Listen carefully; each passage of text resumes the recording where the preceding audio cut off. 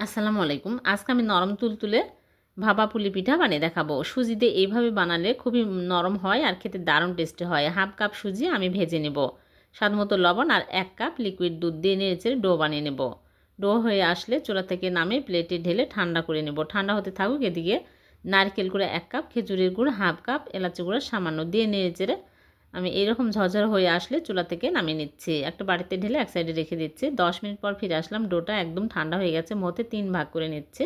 1 ভাগ ফ্রিতে নিয়ে আমি রুটি বেলে নেব এইরকম করে। তারপর সাইডের অংশগুলো কেটে নিচ্ছি। নিয়ে এরকম করে ভিতরে পুর দিয়ে রোল করে নিচ্ছি।